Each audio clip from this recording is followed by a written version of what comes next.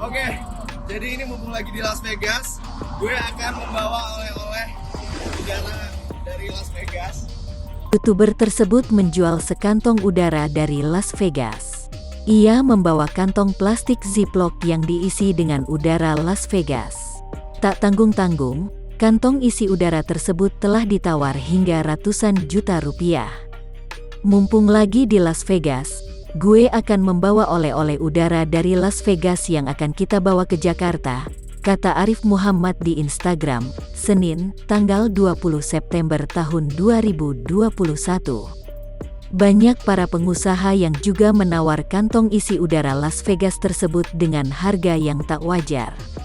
Kekinian kantong yang berisikan udara Las Vegas tersebut telah mencapai tawaran harga 200 juta rupiah.